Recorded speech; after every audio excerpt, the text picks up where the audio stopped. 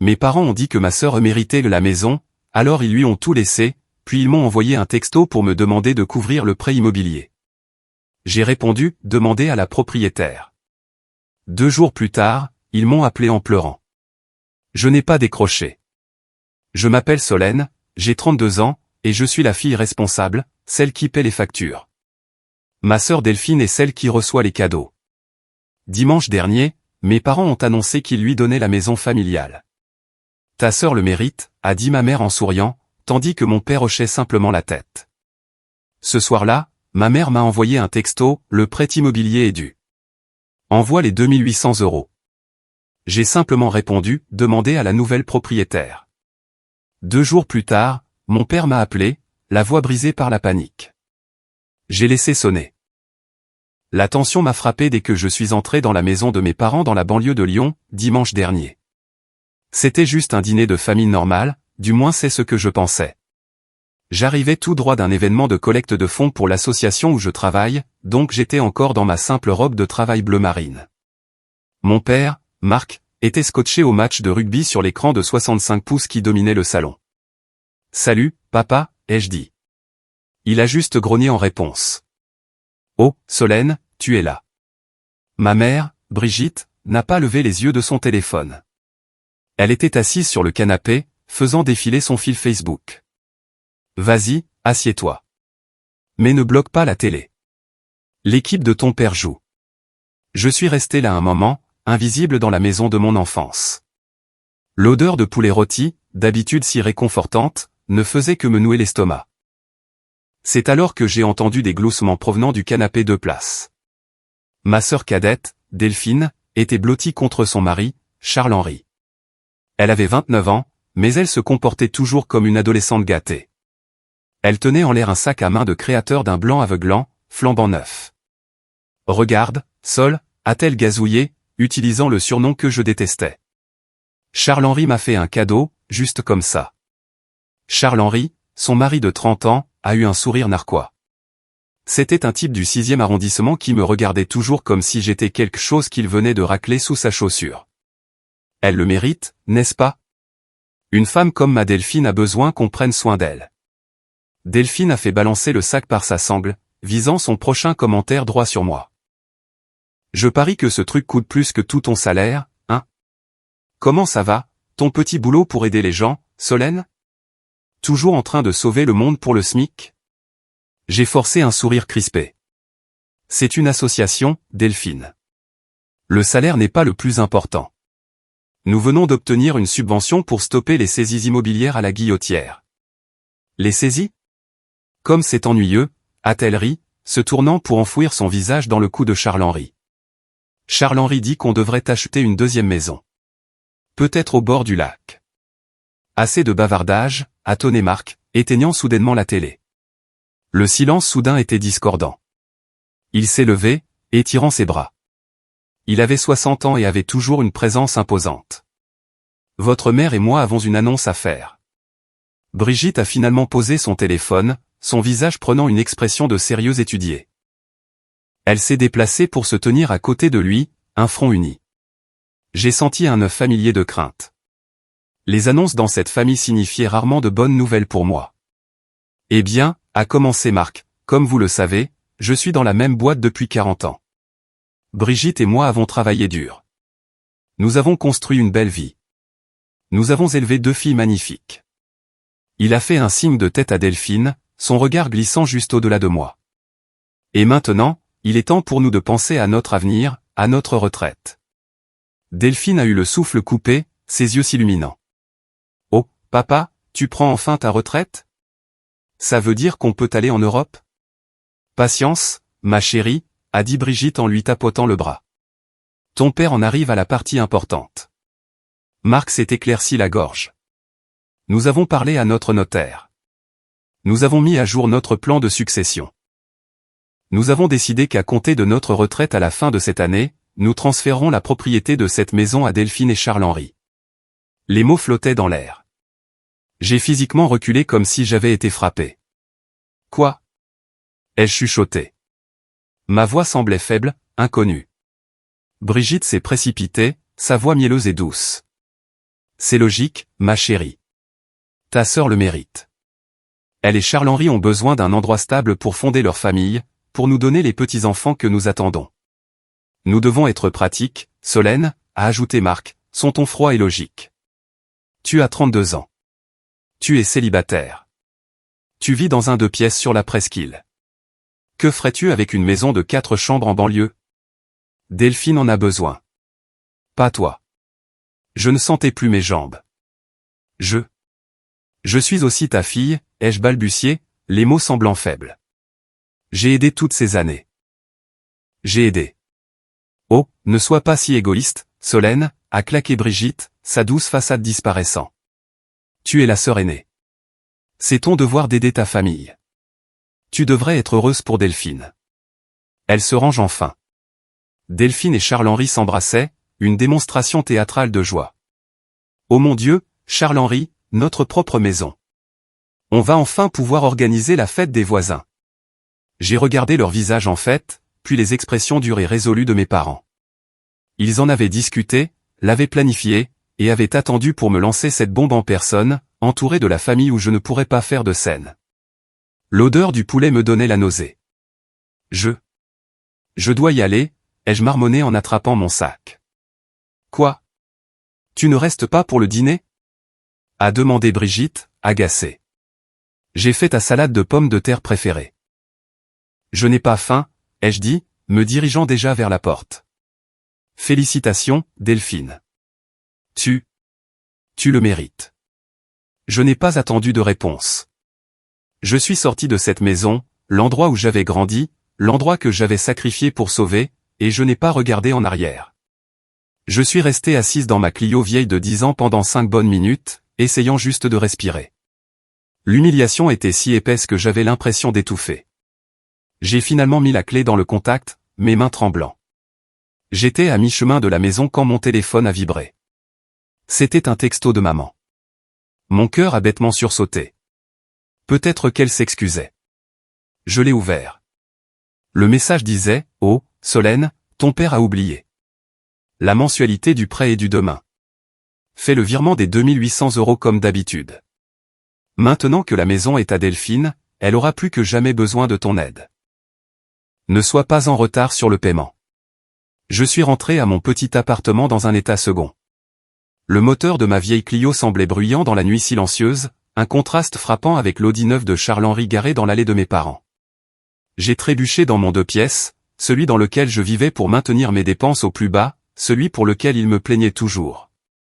Je n'ai même pas allumé la lumière. J'ai juste laissé tomber mes clés sur le comptoir et je me suis laissé glisser le long du mur jusqu'au sol, mon sac toujours sur mon épaule. L'humiliation était un poids physique qui me pressait la poitrine, rendant la respiration difficile. Ils ne s'étaient pas contentés de donner la maison. Ils m'avaient effacé. Ils avaient célébré mon effacement. Je suis resté assise là dans le noir, complètement vide. Après peut-être 20 minutes, mon téléphone a vibré sur le sol. Un texto. C'était de maman. Ma main tremblait en le ramassant. Étaient-ce des excuses? Écrivait-elle pour dire qu'ils avaient reconsidéré? J'ai ouvert le message. Oh, Solène, ton père a oublié de mentionner quelque chose. Le paiement du prêt est dû demain. Fais le virement des 2800 € comme tu le fais toujours. Maintenant que la maison est à Delphine, elle aura vraiment besoin de ton soutien pour démarrer. Ne laisse pas la banque appeler, d'accord? Ça stresse ton père. J'ai lu le texto une fois, puis deux. L'épuisement a disparu, remplacé par une colère froide et vive qui m'a instantanément éclairci les idées. Comme d'habitude, ton soutien, ne laisse pas la banque appeler. L'audace, le culot monumental. J'ai serré le téléphone, mes jointures devenant blanches. Mon esprit est revenu 10 ans en arrière. 2015, j'avais 22 ans, fraîchement diplômé en sciences des données. À peine un mois après mon premier emploi dans l'association.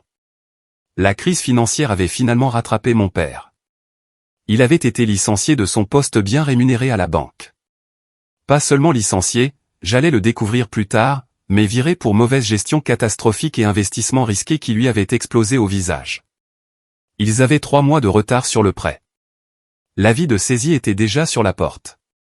Je me souviens d'être assise à cette même table de salle à manger, mon père, un homme brisé, me suppliant, tu es notre seul espoir, Solène. Tu dois nous sauver. Sa voix n'était pas tonitruante alors. Elle était faible, pathétique. Ma mère était encore pire, pleurant, s'accrochant à mon bras. On ne peut pas se retrouver à la rue, Solène. Ton salaire, il est stable. La banque te fera confiance. Tu es la responsable. Ils ne demandaient pas, ils exigeaient. À 22 ans, ils m'ont emmené à la banque et m'ont fait signer des papiers rendant mon salaire de 45 000 € par an responsable de leur prêt de 3 000 € par mois. Ils m'ont dit que je me portais co-emprunteur. Ils ont menti. Ils ont fait de moi la débitrice principale. Mais ce n'était pas toute l'histoire. Ce n'était pas mon secret. Ils pensaient que mon salaire de 45 000 € était mon seul revenu. Ils n'ont jamais rien su de mon vrai travail. Pendant mes études, je n'avais pas seulement étudié. J'avais construit quelque chose. Un algorithme propriétaire pour analyser le risque de marché dans les communautés mal desservies. Un outil pour prédire les bulles financières. Le mois avant qu'ils ne me supplient de les aider, j'avais secrètement vendu la première version de démonstration de cet algorithme à un petit fonds d'investissement en Suisse. Le prix était de 150 000 €. J'ai regardé cet argent sur mon nouveau compte bancaire secret. Je savais que si je le leur donnais, il disparaîtrait en quelques mois. Gaspillé en nouvelles voitures, en sacs de créateurs pour Delphine et en autres mauvais investissements de mon père. Alors, j'ai fait un autre choix. J'ai créé Cascade Holdings SAS, une société écran enregistrée au Luxembourg. J'ai utilisé mes 150 000 € comme capital. Et puis Cascade Holdings SAS a racheté leur prêt à la Société Générale pour une bouchée de pain. Pendant 10 ans, Marc et Brigitte n'ont eu aucune idée de qui était leur prêteur. Pendant 10 ans, j'ai payé cette mensualité de 2 800 € à moi-même, de mon salaire de l'association à mon compte d'entreprise. J'étais la banque. J'étais celle dont ils avaient peur, et ils venaient de donner ma propriété. J'ai fixé ce texto, la bulle bleue brillant dans l'obscurité de mon appartement. Envoie les 2 800 € comme d'habitude. Comme d'habitude. Comme si c'était un abonnement Netflix. Comme si ce n'était pas le sang que je drainais de mes propres veines depuis une décennie pour les maintenir dans le confort. Comme s'ils n'avaient pas juste pris l'actif même que je protégeais pour le donner à la seule personne qui n'avait jamais travaillé un seul jour de sa vie. Le mépris désinvolte de ma mère, le silence négligent de mon père, la célébration avide de Delphine, tout cela s'est fusionné en un seul point de clarté froide. Ils ne m'avaient pas seulement oublié. Ils m'avaient activement effacé. Ils avaient pris mon sacrifice, l'avaient reconditionné et l'avaient appelé un cadeau pour ma sœur. Un rire amer m'a échappé.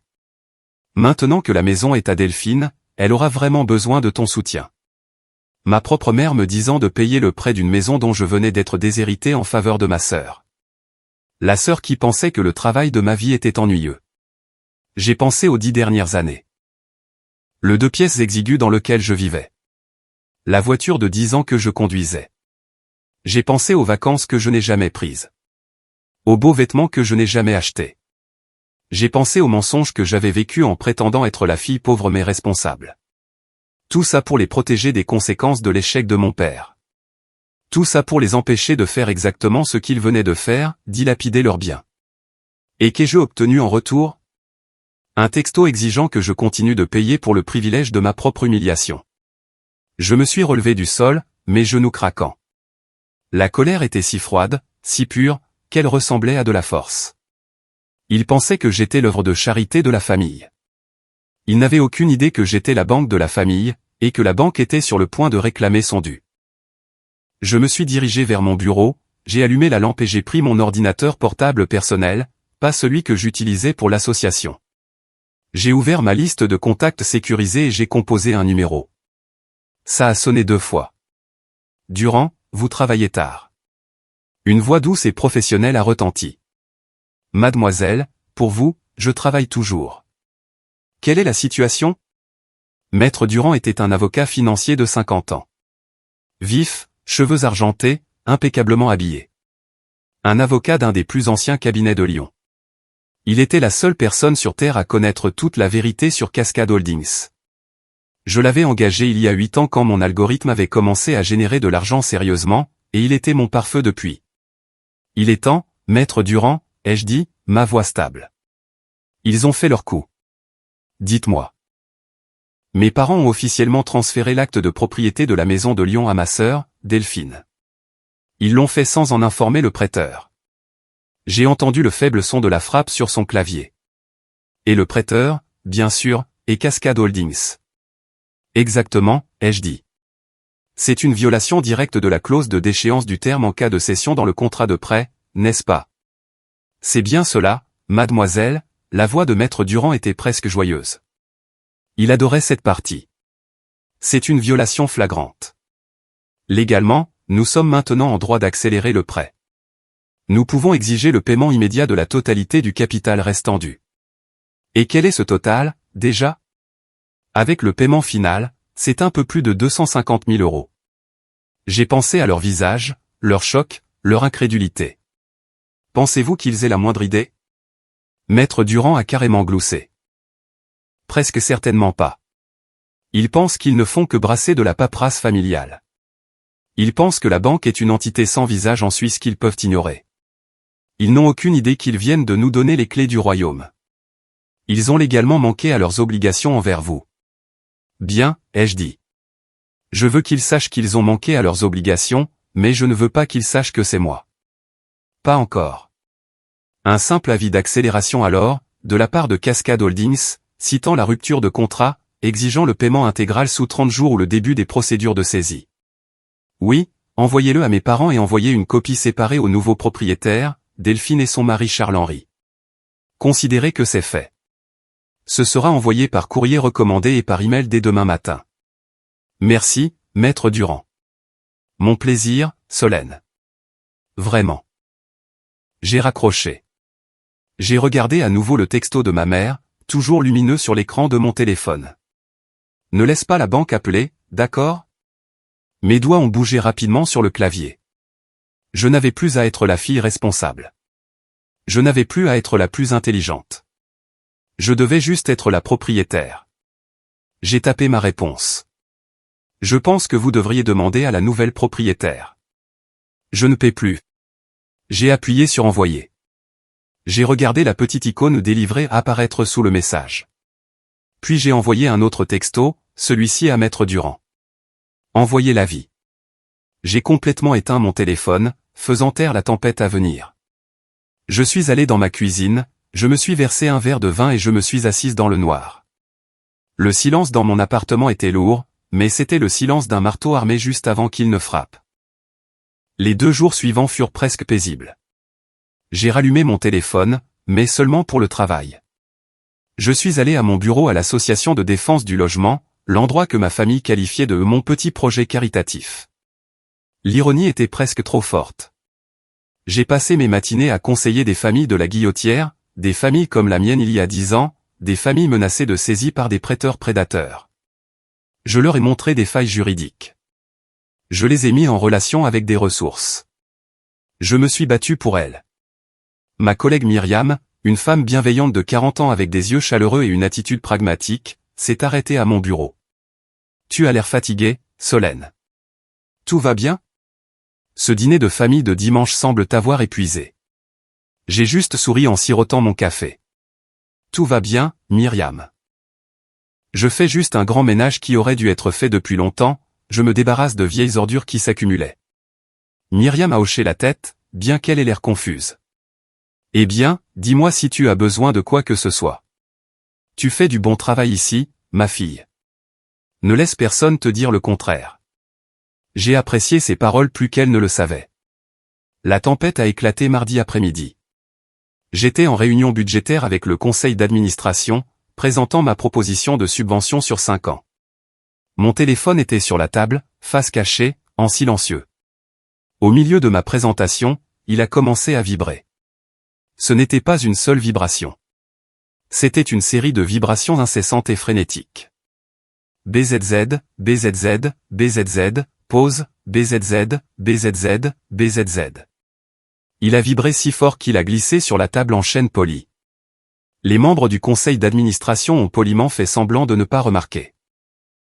J'ai gardé ma voix parfaitement égale, sans jamais rompre le contact visuel, terminant ma présentation. Merci, Solène. Excellent travail, a dit notre directeur. Dès que les applaudissements se sont tus, je me suis excusé et je suis sorti dans le couloir silencieux. J'ai regardé mon écran. C'était un champ de bataille. 17 appels manqués, 22 messages textes, tous de maman, papa et Delphine. Mon cœur ne battait pas la chamade. Il était froid. J'ai calmement appuyé sur l'icône de la messagerie vocale. Le premier message était de ma mère. Sa voix n'était ni chaleureuse ni inquiète. Elle était sèche, agacée. « Solène, tu reçois ces messages? Pourquoi tu ne réponds pas? Ton père vient de recevoir un email très étrange d'une société. Cascade Holdings. Ils disent que le paiement du prêt est en retard. Solène, qu'est-ce que tu as fait? Tu as oublié de payer. Tu sais, après que nous ayons été si généreux en donnant la maison à Delphine, la moindre des choses que tu puisses faire est de payer à temps. Tu stresses ton père. Règle ça. » J'ai ricané à voix haute. J'ai oublié. J'ai supprimé le message et j'ai écouté le suivant. Delphine. Ce n'était même pas des mots au début, juste des sanglots hystériques. Solène, qu'est-ce que tu as fait, bordel? A-t-elle crié. Je pensais que tu payais. Charles-Henri et moi, on était chez Maison du Monde. On choisissait de nouveaux meubles pour le salon. Et il a reçu l'email aussi. Il a dit que si on n'obtient pas cette maison, il ne sait pas si ça va marcher. Il va me quitter, Solène, il va me quitter à cause de toi. J'ai ressenti un calme étrange et froid. Je ne ressentais rien pour ses larmes. C'était juste du bruit. J'ai supprimé le message. J'ai écouté le dernier, le plus récent. Mon père. Sa voix était méconnaissable. Le patriarche tonitruant et confiant avait disparu, remplacé par la panique aiguë d'un animal piégé. Solène, décroche le téléphone. Rappelle-moi tout de suite. Cette société Cascade. Ils ne disent pas seulement que c'est en retard. Ils ont envoyé un autre avis. Ils parlent de saisie dans 24 heures. Ils réclament la totalité du prêt. Je ne sais pas à quel jeu malsain tu joues, mais tu arrêtes ça. Tu arrêtes ça tout de suite. Annule tout. Dis-leur que c'est une erreur. Tu nous ruines. Tu me ruines. Je suis resté là, dans le couloir stérile de mon bureau, l'endroit où je venais chaque jour pour sauver les maisons des gens. J'ai écouté son plaidoyer frénétique une deuxième fois. Annule tout. Arrête cette blague. J'ai pris une lente et profonde respiration. J'ai appuyé sur supprimer sur le message de mon père. Une blague, ai-je murmuré au couloir vide. Je n'ai même pas encore commencé. Je suis retourné dans mon bureau, l'écho de la voix paniquée de mon père encore dans ma tête. Je me suis assise à mon bureau, mes mains parfaitement stables. Il pensait que c'était un jeu. Il pensait qu'il pouvait me crier dessus et que j'arrangerais docilement le problème que j'avais créé. Il me prenait encore pour la jeune fille de 22 ans qu'ils avaient manipulée pour qu'elle signe ses papiers. Ils n'avaient aucune idée de qui j'étais devenu en 10 ans pendant lesquels ils avaient choisi de ne pas me voir. J'ai pris mon téléphone de bureau et j'ai composé le numéro de Maître Durand. Il a répondu immédiatement. Mademoiselle, je suppose que vous avez eu des nouvelles de la famille. Sa voix était calme, presque amusée. En effet, ai-je dit. Ils sont hystériques, mais ils paniquent pour la mauvaise raison. Ils pensent que j'ai manqué un paiement. Ils exigent que j'appelle la banque et que j'arrange les choses avant qu'il n'ait des frais de retard. J'ai entendu Maître Durand glousser, un son sec et papier. Ils n'ont toujours pas compris, n'est-ce pas? La rupture de contrat n'est pas le retard de paiement. C'est le transfert de propriété illégale. Exactement, ai-je dit. Ils pensent qu'ils peuvent me forcer à payer les 2800 €. Ils n'ont aucune idée qu'ils ont déclenché la clause des 250 000 €. Ils pensent toujours que c'est une blague. Je veux que vous leur fassiez savoir très clairement que ce n'est pas une blague. Je veux qu'ils comprennent ce qu'ils ont fait. Je comprends parfaitement, mademoiselle, a répondu Maître Durand. Ils pensent avoir affaire à leur fille. Il est temps de leur rappeler qu'ils ont affaire à leur créancière. Je vais rédiger l'avis d'accélération immédiatement. Envoyez-le à tout le monde. Maître Durand. Courrier recommandé, email. Je veux que Marc, Brigitte, Delphine et surtout Charles-Henri le voient. Considérez que c'est fait. Il devrait recevoir les emails d'ici la fin de la journée. Les lettres recommandées arriveront demain. J'ai raccroché. Maître Durand était efficace. C'était un requin. Et en ce moment, j'en étais reconnaissante. Il n'envoyait pas seulement un email. Il lançait une torpille juridique. Il a rédigé la lettre sur le papier à en-tête le plus lourd et le plus cher de son cabinet. Ce n'était pas un rappel. C'était une mise en demeure. Je le savais car il m'avait envoyé le brouillon pour approbation. La lettre était titrée en police professionnelle grâce, avis d'accélération des prêts ET mise en demeure des paiement immédiat. Elle était adressée à Marc et Brigitte. Et comme je l'avais demandé, des copies étaient envoyées par email et courrier recommandé à Madame Delphine et Monsieur Charles-Henri, les nouveaux propriétaires. Maître Durand voulait toute la famille dans le collimateur juridique. Le corps de la lettre était un chef-d'œuvre de létalité corporative froide. Cher monsieur et madame, cette lettre concerne votre prêt immobilier auprès de Cascade Holdings SAS, garanti par la propriété 6 au 1250 allée des Chênes. Il a été porté à notre attention que vous avez procédé à un transfert de titre non autorisé pour cette propriété à un tiers, Madame Delphine, sans le consentement écrit préalable du prêteur. Cette action constitue une rupture substantielle de la clause 17A de votre contrat de prêt, communément appelée clause de déchéance du terme en cas de cession. J'ai souri en lisant la partie suivante. Cette rupture donne à Cascade Holdings SAS le droit immédiat d'accélérer le prêt. Par conséquent, nous exigeons par la présente le paiement immédiat et intégral du solde du capital restant dû, qui à ce jour s'élève à 250 212,48 €. Le paiement intégral doit être reçu à nos bureaux au plus tard 30 jours à compter de la date de cet avis. Le non-respect de cette exigence entraînera le début immédiat des procédures de saisie à l'encontre de la propriété. Cascade Holdings SAS se réserve tous ses droits et recours légaux. C'était signé. Sincèrement, Durand et Associés, Conseil juridique de Cascade Holdings SAS.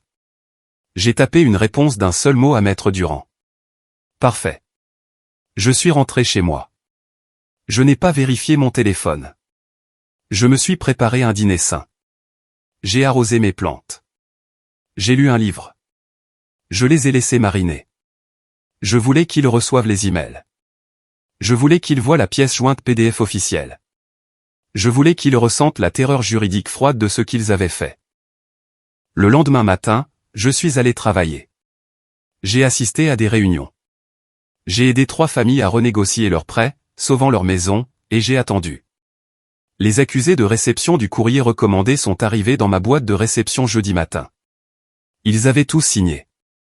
Marc, Brigitte, Delphine, Charles-Henri. Ils avaient tous tenu l'enveloppe épaisse et crémeuse dans leurs mains. Ils avaient tous lu la mise en demeure. J'ai attendu. Le silence était plus lourd cette fois. Pas de messages vocaux frénétiques, pas de textos paniqués, juste un silence de mort. Ils commençaient enfin à comprendre. À 16 heures, mon téléphone s'est allumé. Ce n'était pas un appel. C'était un message texte d'un numéro que je ne reconnaissais pas, mais je savais exactement qui c'était. Charles-Henri. C'était la première fois qu'il m'envoyait un texto. Le message ne contenait qu'une seule phrase. Un message qui confirmait qu'il comprenait enfin la gravité de leur erreur. Il disait, « Pauvre conne. Tu sais ce que tu as fait. » J'ai regardé ces mots. J'ai pensé aux larmes de ma sœur, à la rage de mon père, aux exigences de ma mère, et j'ai souri. Oui, ai chuchoté à mon appartement vide. Absolument. Ce texto de Charles-Henri était le signal. Je savais qu'il n'appellerait pas seulement, qu'il n'enverrait pas seulement des textos. Il viendrait. C'étaient des animaux acculés maintenant, et ils viendraient à la source. Je suis allé à mon frigo et je me suis versé un grand verre d'eau. Je me suis assise sur mon canapé dans le calme de mon appartement et j'ai attendu. Il leur a fallu 45 minutes. Les coups sur ma porte n'étaient pas des coups frappés. C'était une agression. Boum. Boum. Boum. Comme s'ils avaient l'intention d'enfoncer la porte. J'ai entendu la voix de ma mère, aiguë et stridente. Solène, ouvre cette porte. Ouvre-la tout de suite. On sait que tu es là. J'ai pris une longue gorgée d'eau. Je me suis dirigé calmement vers la porte. Je ne l'ai pas ouverte. Au lieu de cela, j'ai regardé à travers le judas. Ils étaient tous les 4 entassés dans le couloir étroit. Mon père, le visage violet de rage. Ma mère, son maquillage strié de larmes. Delphine, se cachant derrière Charles-Henri, l'air terrifié. Et Charles-Henri, les bras croisés, essayant d'avoir l'air imposant, mais ressemblant juste à une brute acculée. J'ai lentement déverrouillé le pen dormant et j'ai ouvert la porte, mais seulement autant que la chaîne de sécurité le permettait, un espace de 15 centimètres. C'était tout ce qu'ils méritaient. Ils se sont précipités en avant, seulement pour être arrêtés par le cliquetis de la chaîne métallique. Mon père a mis son visage juste dans l'ouverture, les yeux injectés de sang. « Qu'est-ce que tu as fait, bordel ?» a-t-il rugi, de la salive volant de sa bouche. « Tu appelles ce fonds d'investissement ou je ne sais quoi. Tu les appelles tout de suite. Tu es la seule qui leur ait jamais parlé. Tu leur dis d'arrêter ça. Tu leur dis que c'était une erreur. Solène, bébé, s'il te plaît. » Ma mère a poussé mon père de côté, son visage apparaissant dans l'ouverture. Elle était en mode victime manipulatrice totale. « Tu essaies de nous mettre à la rue. C'est ça que tu veux? Tu ne peux pas faire ça à ta famille. Tu ne peux pas faire ça à ta sœur. Elle vient de se marier. Elle mérite un bon départ. » Mérite, ai-je répété, ma voix calme. C'est un mot populaire dans cette famille. Écoute, Solène, Charles-Henri a poussé ma mère de côté, sa voix basse et condescendante, essayant de paraître raisonnable. Je ne sais pas à quel petit jeu tu joues. Peut-être que tu essaies d'attirer l'attention. Mais je travaille dans la finance. Je sais comment ces prêteurs fonctionnent. Ce ne sont pas tes amis. Ils ne rigolent pas. Tu as mis un coup de pied dans une fourmilière que tu ne peux pas contrôler. Maintenant, tu dois être une grande fille. Décroche le téléphone et dis-leur que tout ça a été un malentendu. Dis-leur que tu vas continuer à faire les paiements. Il a souri d'un air suffisant comme s'il venait de résoudre tout le problème pour moi. La pauvre fille stupide qui travaillait dans une association. Je l'ai regardée. J'ai soutenu son regard à travers l'ouverture de 15 centimètres. Tu travailles dans la finance? Ai-je demandé, ma voix sincèrement curieuse. C'est exact, a-t-il dit en bombant le torse. Vice-président associé chez. Et selon votre opinion professionnelle de financier, les jeux interrompus, avez-vous déjà conseillé à votre femme, la nouvelle propriétaire, de lire le contrat de prêt, en particulier la clause de déchéance du terme en cas de cession? C'est assez standard. Clause 17A, elle stipule que si le titre de propriété est transféré sans le consentement écrit du prêteur, le prêteur a le droit d'accélérer le prêt. Ce n'est pas un jeu, Charles-Henri. C'est un contrat. C'est une erreur financière de base. Surprenant qu'un vice-président associé ait pu la manquer. Le visage de Charles-Henri est devenu blême. Le sourire arrogant s'est juste dissous. Il n'avait aucune idée de ce dont je parlais. Il venait de faire tomber sa femme et ses beaux-parents droit dans un piège juridique. Delphine, sentant sa confiance s'évanouir, a commencé à se lamenter. « Pourquoi tu ne les appelles pas, Solène? Pourquoi tu me fais ça? Tu es si jalouse? Tu es juste jalouse de moi et de Charles-Henri. Tu essaies de ruiner ma vie. » Mon père a retrouvé sa voix, tremblant de rage. « Assez de tout ça. Tu les appelles maintenant. » J'ai regardé leurs 4 visages désespérés et en colère. J'ai regardé la famille qui m'avait renié tout en s'attendant à ce que je paie leurs factures. « Je ne peux pas, ai-je dit simplement. »« Comment ça, tu ne peux pas ?» a beuglé mon père. « Pourquoi pas ?» a crié Delphine. Je me suis penché en avant, mon visage près de l'ouverture. J'ai regardé par-delà mes parents, par-delà ma sœur, et j'ai regardé droit dans les yeux pâles et terrifiés de Charles-Henri. « Je ne peux pas les appeler, ai-je dit, ma voix baissant à un murmure calme et clair. Parce que je suis Cascade Holdings.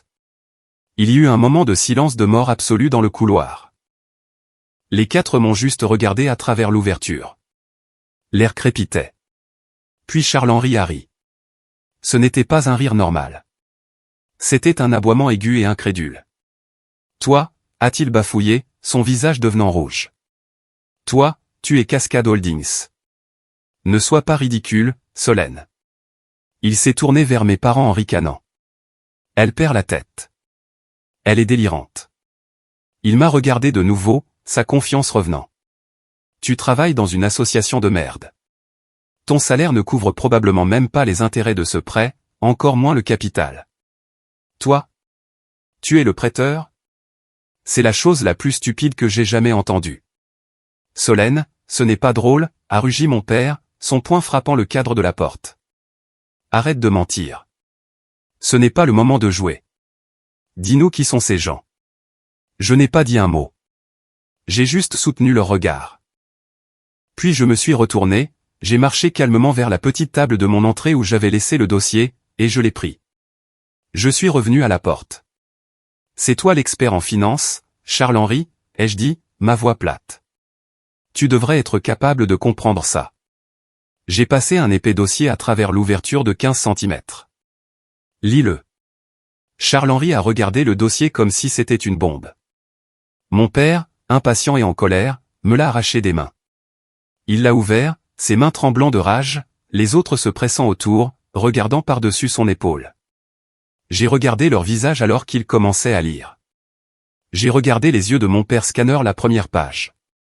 C'étaient les statuts de Cascade Holdings SAS déposés auprès du registre du commerce du Luxembourg, datés d'octobre 2015. J'ai regardé son expression vaciller alors qu'il lisait la page suivante. Associé unique et propriétaire, Solène. Charles-Henri l'a vu en même temps. Sa bouche s'est ouverte. Non, non, c'est impossible. Ça doit être un faux. Continue de lire, papa, ai-je dit, ma voix glaciale. Il a tourné la page, son souffle s'est coupé.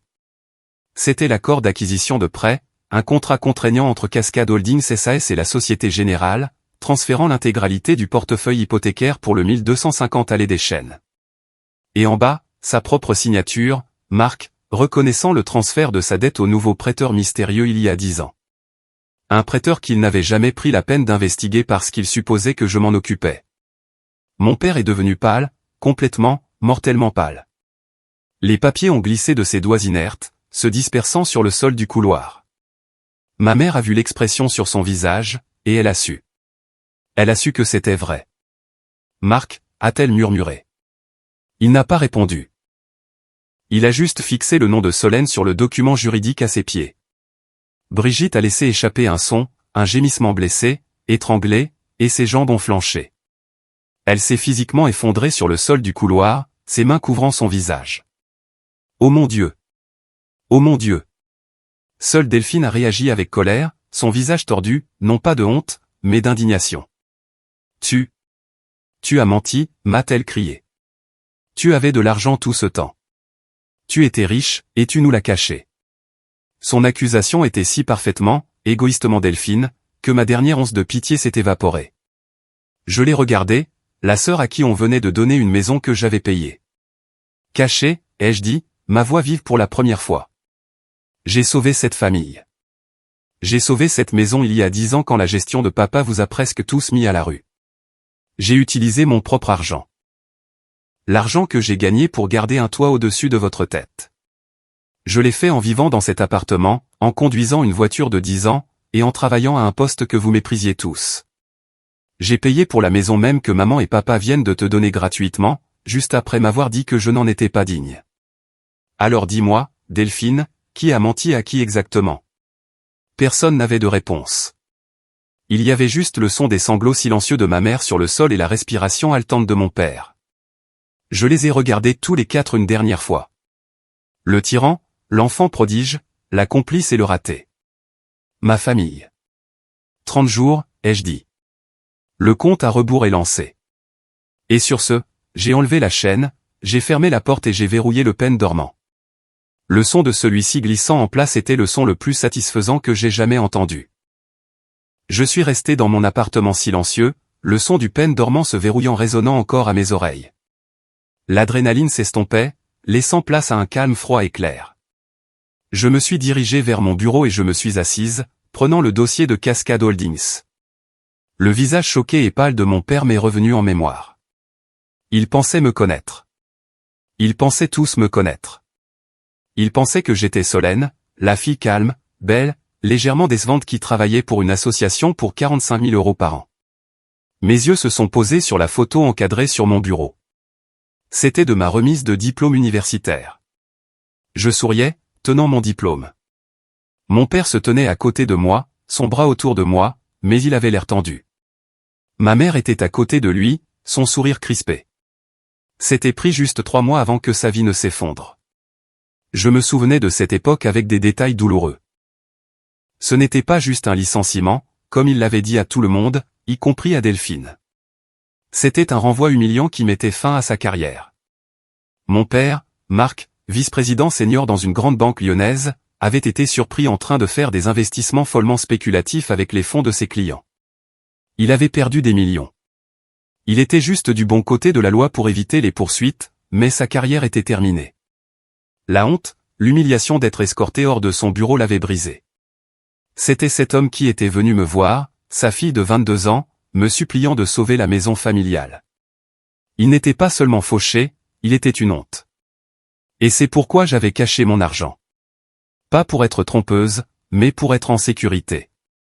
Je savais alors qu'on ne pouvait pas faire confiance à mon père avec de l'argent. Je savais que l'amour de ma mère était lié à la sécurité financière. Je savais que Delphine saignerait une pierre à blanc.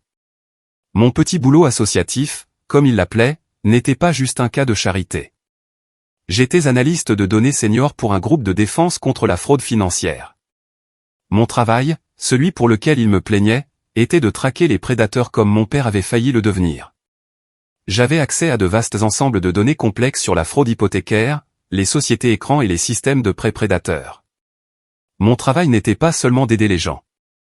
C'était de protéger les gens en utilisant la seule chose pour laquelle j'étais vraiment brillante, les données. Cet algorithme que j'ai vendu pour 150 000 €. Ce n'était que le prototype.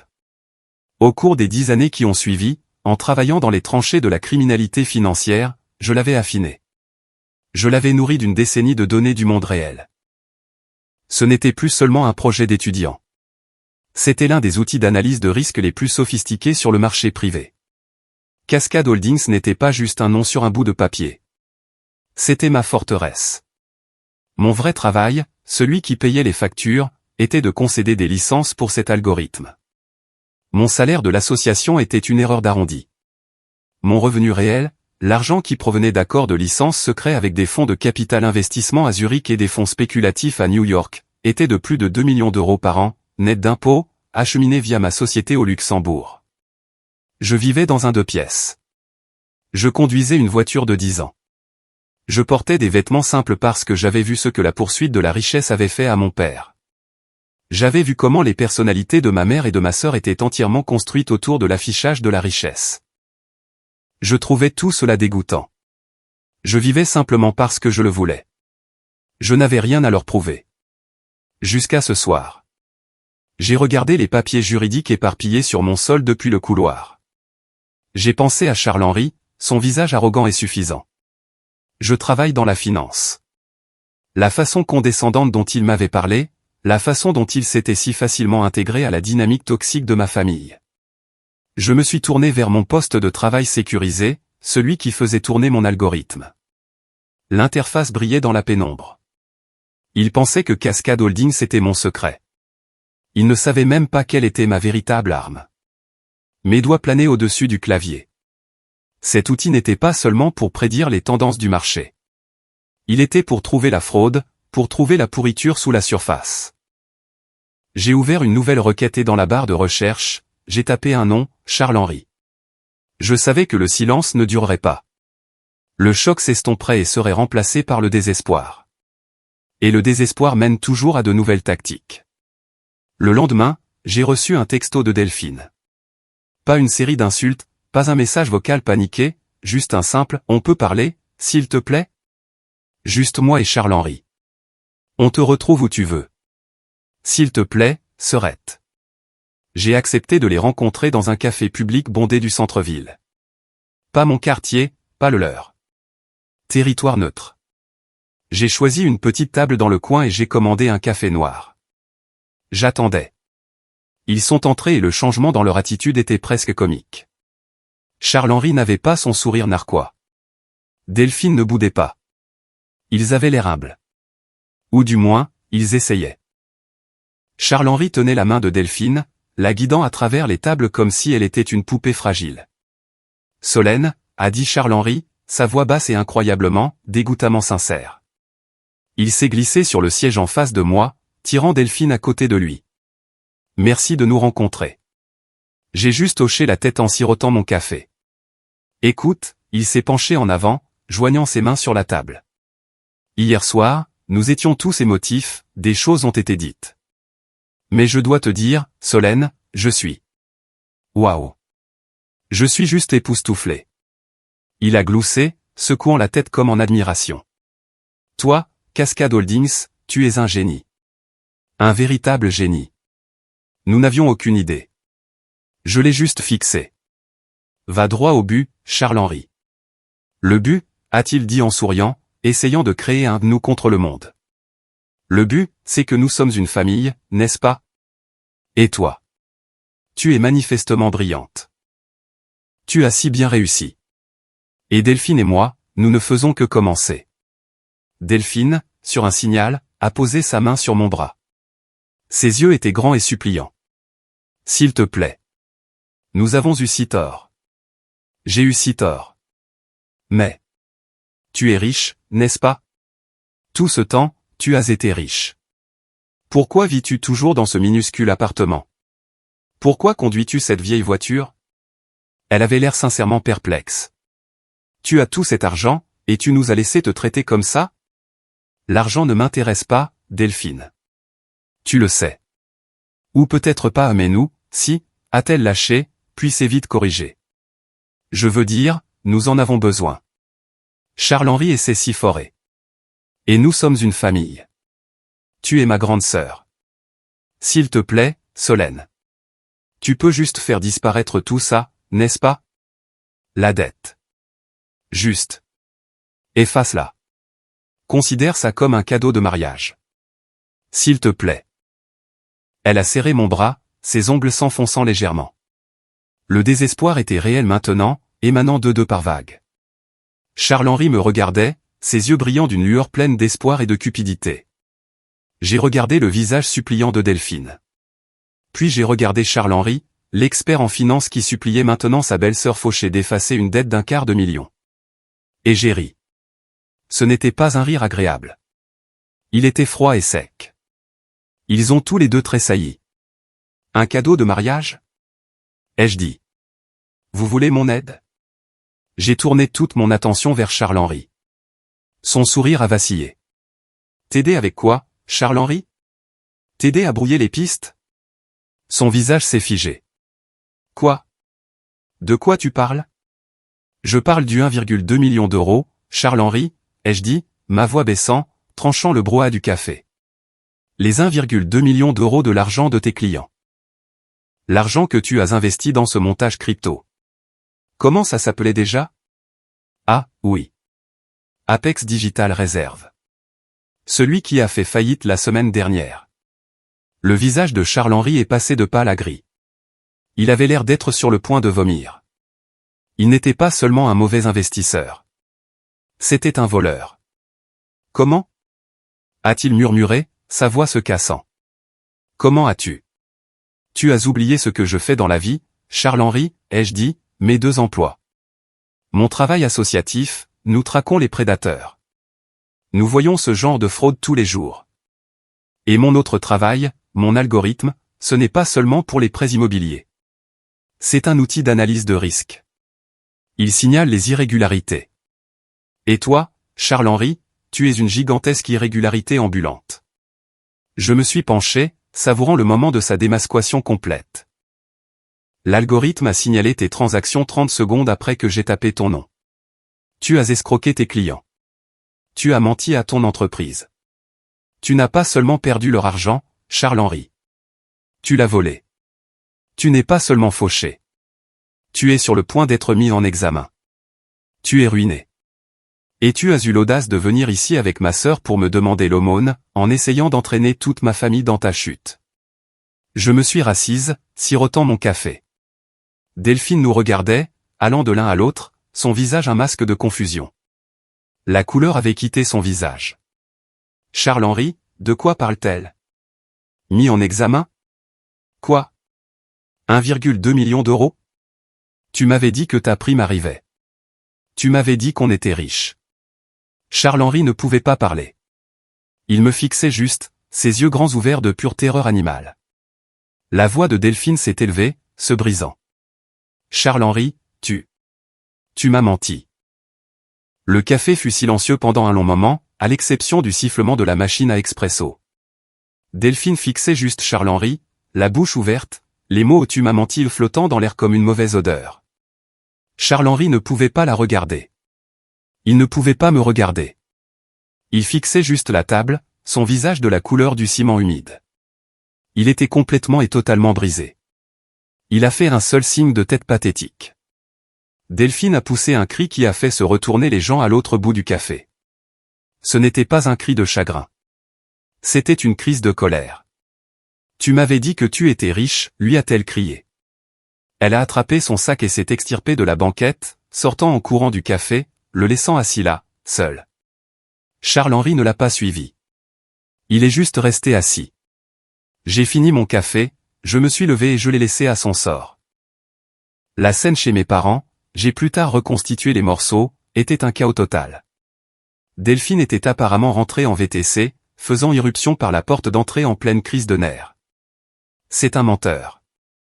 Il a menti sur tout, a-t-elle crié, jetant son sac à main coûteux contre le mur. Il a heurté avec un bruit sourd. Il n'est pas riche. C'est un voleur. Il va être mis en examen. Il n'a pas de prime. Il a perdu tout l'argent de ses clients. Ma mère, Brigitte, ne la réconfortait pas. Elle arpentait le salon, ses mains se tordant, son visage un masque de fureur pâle. Je le savais, sifflait-elle, plus pour elle-même que pour Delphine. Je savais que c'était de sa faute. Sa faute, a crié Delphine. C'est la faute de Charles-Henri. Non. Brigitte s'est retournée vers elle. C'est la faute de Solène. C'est elle qui a fait ça. Elle nous a tous piégés. Elle nous a tendu un piège. Elle savait. Elle l'a admis. Elle savait que c'était un escroc depuis le début, et elle l'a laissé épouser. Elle l'a laissé entrer dans cette famille. L'a laissé nous donner de l'espoir. Tout ça pour pouvoir faire ça. Tout ça pour pouvoir nous humilier et prendre la maison. Mon père, Marc, a frappé la table de la salle à manger de sa main si fort que le centre de table a sauté. Elle a raison, a-t-il grogné, sa voix épaisse de la rage que je connaissais bien. Elle savait. C'est ça le truc. Elle savait. Elle est assise sur des millions d'euros à faire tourner son petit programme d'espionnage. Et elle est restée là à nous regarder. À me regarder. À me regarder te donner la maison. Elle m'a laissé me ridiculiser. Elle aurait pu nous avertir. Elle aurait pu me le dire, mais elle a laissé faire. Elle voulait qu'on tombe juste pour qu'elle puisse être au sommet. Comment ose-t-elle faire ça à sa propre famille? Comment ose-t-elle? Le récit était fixé. Ce n'était pas la faute de Charles-Henri d'être un criminel. Ce n'était pas de leur faute d'être avide et aveugle. C'était de ma faute de savoir. J'étais dans mon bureau le lendemain, sur une ligne sécurisée avec Maître Durand. Alors, a-t-il dit, je suppose que la réunion avec monsieur n'a pas été comme il l'espérait. C'est un escroc, Maître Durand, ai-je dit, regardant par ma fenêtre la ligne d'horizon de la ville. Un criminel en col blanc banal et désespéré. L'algorithme a tout trouvé en quelques secondes.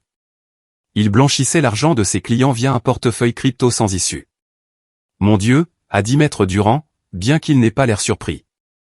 Et la famille, ils savent, ou du moins ils savent qu'il est ruiné. Je lui ai transféré la série de messages textes que j'avais reçus de ma mère depuis la nuit dernière. Ils étaient incohérents. Tu paieras pour ça. Tu as ruiné la vie de ta sœur. Tu nous as fait ça exprès. Tu n'es pas ma fille. Vous voyez le schéma, n'est-ce pas, Maître Durand, ai-je dit en me penchant en arrière dans mon fauteuil. Ils ne sont pas en colère que Charles-Henri ait escroqué ses clients. Ils ne sont pas en colère qu'il leur ait menti. Ils ne sont même pas en colère que ce soit un criminel. Ils sont en colère que je l'ai découvert. Ils sont en colère que ce soit moi qui ai le pouvoir. Et pas eux. Vous les avez démasqués, Solène, a dit Maître Durand, sa voix calme, à leurs propres yeux. Et ils ne peuvent pas vous le pardonner. Ils sont désespérés. Ils n'ont pas d'argent, pas de maison, aucun moyen de pression. Charles-Henri est un navire en perdition. Quel sera leur prochain coup? J'ai pensé au désespoir de ma mère, à l'orgueil toxique de mon père, aux besoins sans fond de ma sœur. Ils feront ce qu'ils ont toujours fait, ai-je dit. D'abord, ils supplieront. Puis ils essaieront de me manipuler avec la culpabilité en utilisant la carte de la famille. Et quand ça ne marchera pas, ils essaieront de me détruire. J'avais raison. Les supplications ont cessé. La manipulation a échoué. Et ainsi la guerre a commencé. Ma mère, Brigitte, était une maîtresse du récit. Si elle ne pouvait pas me contrôler avec la culpabilité, elle essaierait de contrôler tout le monde avec des mensonges. Mon téléphone a commencé à sonner, mais ce n'était pas la rage paniquée de mon père ou les sanglots de Delphine. C'étaient des numéros que je n'avais pas entendus depuis des mois. Le premier appel venait de ma tante Janine, la sœur de ma mère. J'ai décroché naïvement, pensant qu'elle prenait peut-être de mes nouvelles. Solène, ma chérie. Sa voix dégoulinait d'une fausse sollicitude mielleuse. Je viens de raccrocher avec ta mère, ma puce. Qu'est-ce que tu fabriques? Elle est complètement anéantie. Elle dit que tu as trouvé de l'argent et que ça t'a rendu froide. Elle dit que tu essaies de les expulser. Les expulser de leur propre maison. Solène, ton père est malade d'inquiétude. J'ai essayé d'expliquer. Tante Janine, ce n'est pas ce qui se passe.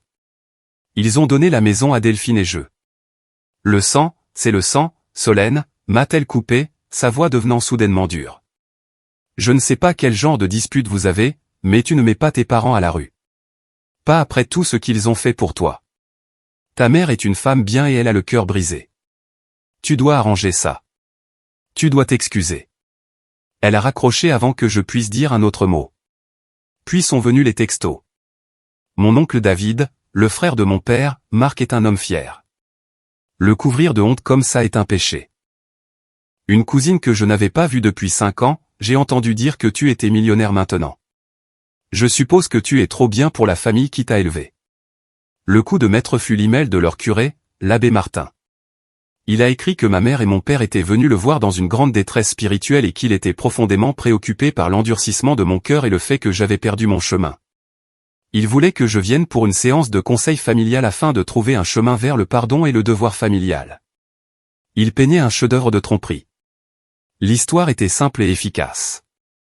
Solène, la fille calme et ingrate, était secrètement devenue riche, et la première chose qu'elle avait faite avec son argent était de devenir un monstre, en collusion avec une banque impitoyable nommée Cascade pour expulser ses parents aimants et détruire sa jeune sœur par pure jalousie amère.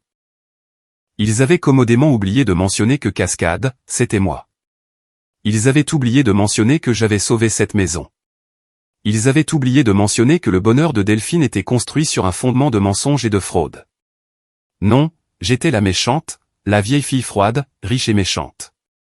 J'étais assise là, mon téléphone vibrant de la colère de parents qui n'avaient jamais appelé une seule fois pour me demander comment j'allais. J'étais épuisé. J'avais passé 10 ans à construire une forteresse d'indépendance financière, seulement pour réaliser que la guerre ne concernait pas l'argent.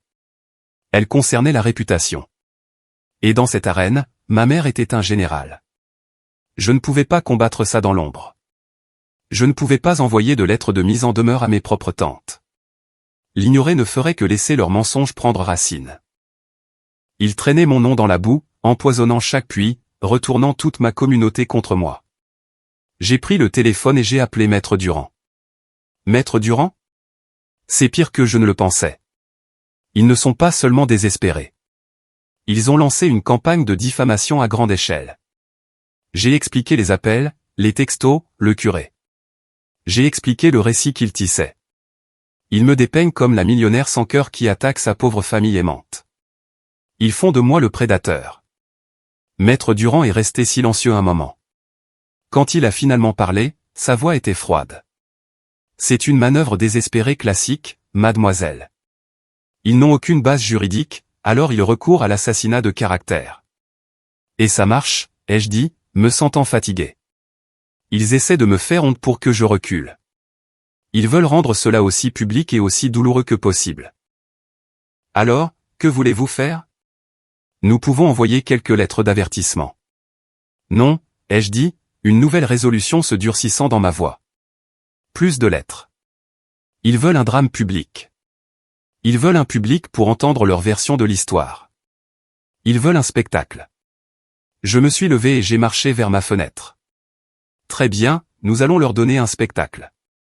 Nous allons leur donner le plus grand spectacle qu'ils aient jamais vu.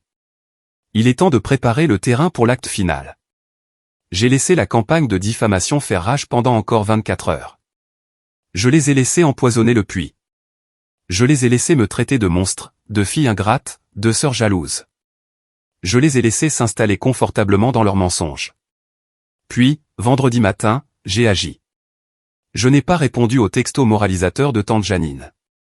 Je n'ai pas retourné le message vocal en colère de l'oncle David. Je n'ai certainement pas répondu à l'offre de conseil de l'abbé Martin. Au lieu de cela, j'ai ouvert un nouvel email. Mes doigts étaient stables sur le clavier. J'en avais fini de jouer la défense. Je tendais un piège, et je l'appâtais avec la seule chose à laquelle il ne pouvait résister, la vérité, présentée selon mes termes. L'email était simple, formel et professionnel. L'objet était « Réunion de famille concernant le 1250 allée des Chênes et les finances associées ». Je l'ai envoyé à une liste très spécifique, Marc, Brigitte, Delphine, tante Janine, oncle David, et pour faire bonne mesure, l'abbé Martin, tout le comité de la campagne de diffamation. Le corps de l'email disait « À ma famille concernée, il a été porté à mon attention qu'une quantité importante de désinformations et de conjectures circulent actuellement concernant ma relation avec mes parents et la situation financière de la maison familiale. La situation est bien plus complexe qu'elle n'a été dépeinte. Dans un souci de transparence totale et pour clarifier toute confusion une fois pour toutes, je vous invite à une réunion de famille formelle. La réunion se tiendra ce samedi 19 novembre à 10 h du matin. Elle aura lieu dans la salle de conférence principale des bureaux de mon conseil juridique, Durand et Associés. Je serai présente avec mon avocat. J'aurai tous les documents financiers pertinents, contrats et correspondances des 10 dernières années à votre disposition pour examen. Je suis prête à présenter toute la vérité brute de cette affaire, depuis le début. Si vous êtes tous aussi sincèrement préoccupés par la vérité et le bien-être de cette famille que vos récents messages le suggèrent, je suis certaine que vous ferez une priorité d'être présent. Veuillez confirmer votre présence avant la fin de la journée. Je l'ai signé simplement. Solène. J'ai appuyé sur envoyer et j'ai attendu. La réponse fut presque immédiate. Elle ne m'est pas parvenue. Elle est venue sous la forme d'une rafale d'appels entre eux. Je pouvais imaginer la scène parfaitement. Ma mère, Brigitte, au téléphone avec tante Janine, sa voix un mélange d'indignation et de triomphe. Tu te rends compte? Le culot. Convoquer une réunion formelle dans le bureau chic de son avocat. Je pouvais presque entendre la réponse de ma tante Janine. Elle essaie de nous faire peur, Brigitte. Elle utilise son argent pour essayer d'intimider sa propre mère. Puis le conciliabule final. Mon père, ma mère et Delphine debout dans la cuisine de la maison même qu'ils étaient sur le point de perdre. Ils avaient lu l'email. Ils avaient eu des nouvelles de la famille. Ils étaient acculés, mais ils pensaient encore détenir les cartes de la moralité. Ils pensaient encore que la famille était une arme que seuls eux avaient le droit d'utiliser. Mon père était probablement en colère. Pour qui se prend elle? Nous traîner dans un bureau d'avocat comme si nous étions des criminels. Mais ma mère sourirait. Je connaissais ce sourire. C'était celui qu'elle avait juste avant de penser qu'elle était sur le point de gagner, de porter le coup de grâce final. Je pouvais entendre sa voix dans ma tête, claire comme le jour, se tournant vers mon père avec un regard de froide détermination. Bien, dirait-elle, ses yeux se plissant. Laissons-la faire. Elle veut nous embarrasser devant son avocat chic. Elle veut rendre ça public. Très bien, nous irons tous. Ses tantes, le curé, nous nous présenterons et nous laisserons cet avocat voir exactement pour quelle fille froide, sans cœur et ingrate il travaille. Nous lui montrerons ce que signifie vraiment la famille. Samedi matin, 10 h précises. La salle de conférence de Durand et Associés était au 40e étage, surplombant tout Lyon. C'était une pièce conçue pour intimider. Une seule table massive en acajou poli reflétait la lumière grise du matin. Les chaises étaient à haut dossier en cuir noir.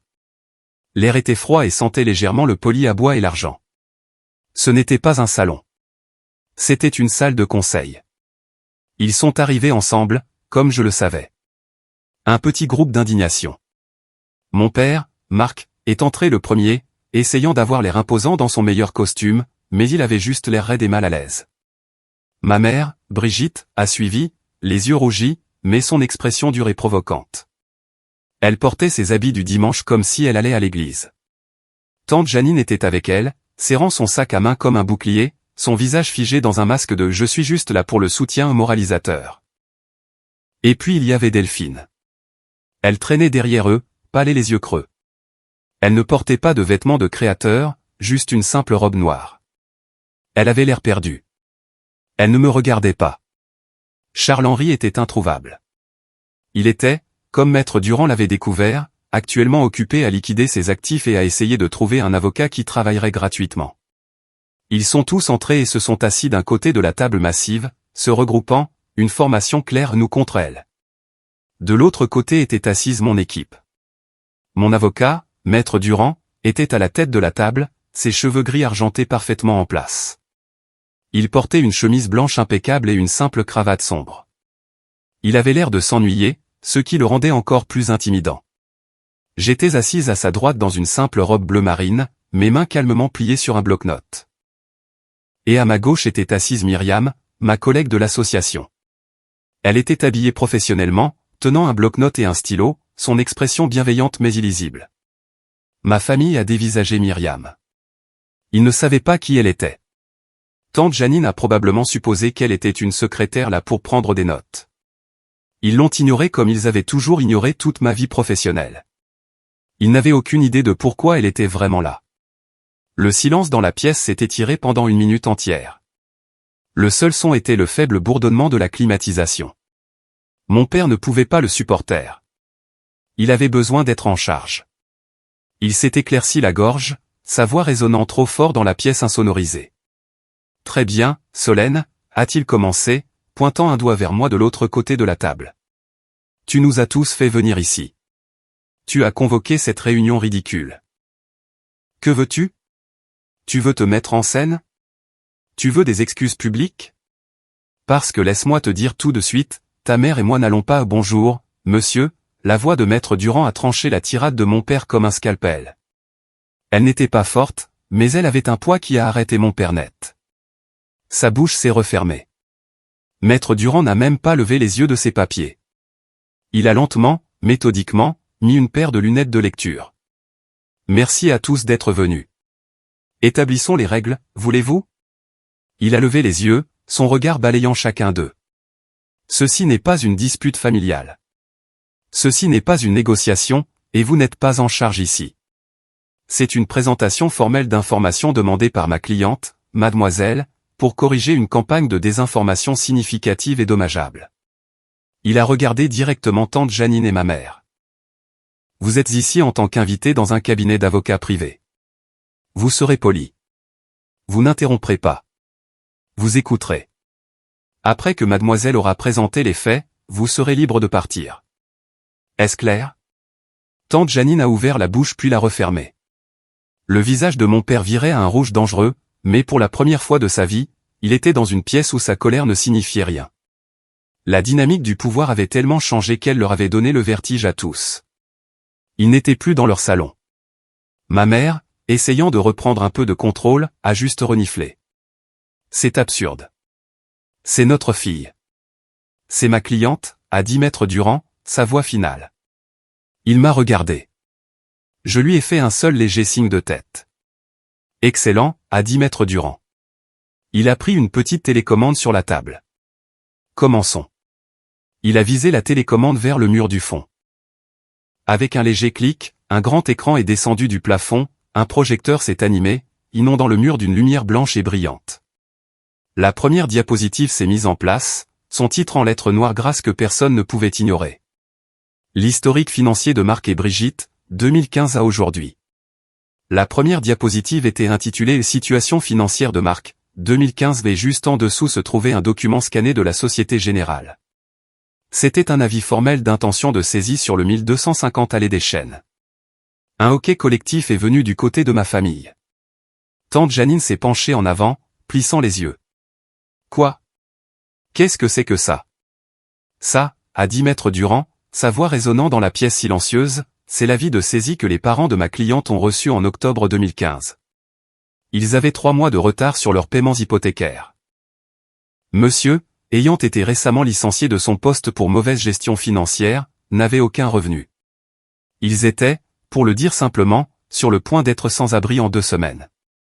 J'ai regardé le visage de mon père, la couleur rouge s'en étant drainée, remplacée par un gris pâteux et maladif. C'était sa plus profonde honte, l'échec qu'il avait enterré pendant une décennie, maintenant projeté sur un mur de 3 mètres pour que sa famille le voie. Tante Janine a regardé ma mère. Brigitte, quoi? De quoi parle-t-il? Tu m'avais dit. Tu m'avais dit que Marc avait pris une indemnité de départ. Tu m'avais dit que vous alliez bien. Les lèvres de ma mère se sont amincies. Nous avons géré ça. C'était une affaire de famille privée. Exactement, a dit Maître Durand et il a cliqué sur la diapositive suivante. Ça a été géré. La diapositive était intitulée Cascade Holdings SAS, création et acquisition. À gauche, les statuts de la Société de l'État du Luxembourg avec mon nom, Solène, clairement indiqué comme l'associé unique. À droite, l'accord d'achat de prêt exécuté entre la Société Générale et Cascade Holdings. La mâchoire de tante Janine est littéralement tombée. Solène, tu as racheté l'heure.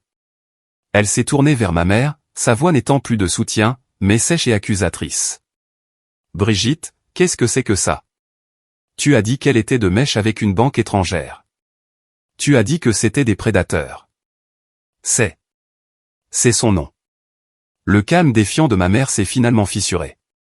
Elle s'est levée d'un bond, sa chaise raclant bruyamment le sol. Elle nous a trompés. Elle nous a menti. Elle avait de l'argent et elle ne nous l'a jamais dit. Veuillez vous asseoir, madame, a ordonné Maître Durand. Nous n'avons pas terminé. Mon père, l'air complètement défait, l'a tirée pour la rasseoir sur sa chaise. Brigitte, tais-toi. Tais-toi, c'est tout. Maître Durand a cliqué sur la diapositive suivante. Le registre des paiements, 2015 à 2025. L'écran s'est rempli d'un immense tableur. 10 ans de données, 12 mois par an, 120 paiements, chacun documenté. Date, 1er novembre 2015. Montant, 2800 €. Source, Cascade Holdings. Comme vous pouvez le voir, à arrêt Maître Durand, Cascade Holdings, ma cliente, a fidèlement géré ce prêt pendant 120 mois. Jamais un paiement en retard, jamais un seul défaut, gardant cette famille dans cette maison. Il a ensuite utilisé son pointeur laser pour surligner plusieurs lignes dispersées au fil des ans, toutes colorées en rouge. Ces lignes rouges sont particulièrement intéressantes.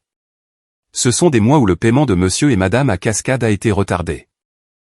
Vous verrez ici, à ces dates, un virement correspondant du compte d'épargne personnelle de mademoiselle, celui lié à son salaire de l'association, vers le compte Cascade pour couvrir le paiement afin que le prêt ne soit jamais, même techniquement, en défaut. Il en a surligné un. Décembre 2018, Noël, ils ont oublié de faire leur paiement. Mademoiselle l'a couvert. Mai 2020, ils ont acheté un nouvel ensemble de patios. Mademoiselle l'a couvert. Août 2022, ils ont payé pour la deuxième réception de mariage de Delphine. Mademoiselle l'a couvert. La pièce était d'un silence de mort. Tante Janine a regardé ma mère, son visage un masque d'incrédulité. Brigitte, tu m'as dit. Tu m'as dit que tu lui payais son loyer. Tu m'as dit qu'elle avait du mal. Tu m'as dit que tu avais remboursé cette maison il y a des années. Le visage de Brigitte était blanc. Elle était piégée. Tous ces mensonges étaient sur un tableur. Ça n'a pas d'importance, a-t-elle finalement explosé, sa voix un cri désespéré. Alors, elle a payé. Et alors? C'est ma fille. Son argent, c'est mon argent. C'est ce qu'elle est censée faire. Une fille est censée prendre soin de sa famille. Tous les yeux se sont tournés vers moi. Je n'avais pas dit un mot. Je suis restée assise là, à la regarder. Finalement, je me suis penchée en avant, ma voix calme mais portant à travers la table. Alors pourquoi, maman, ai-je demandé.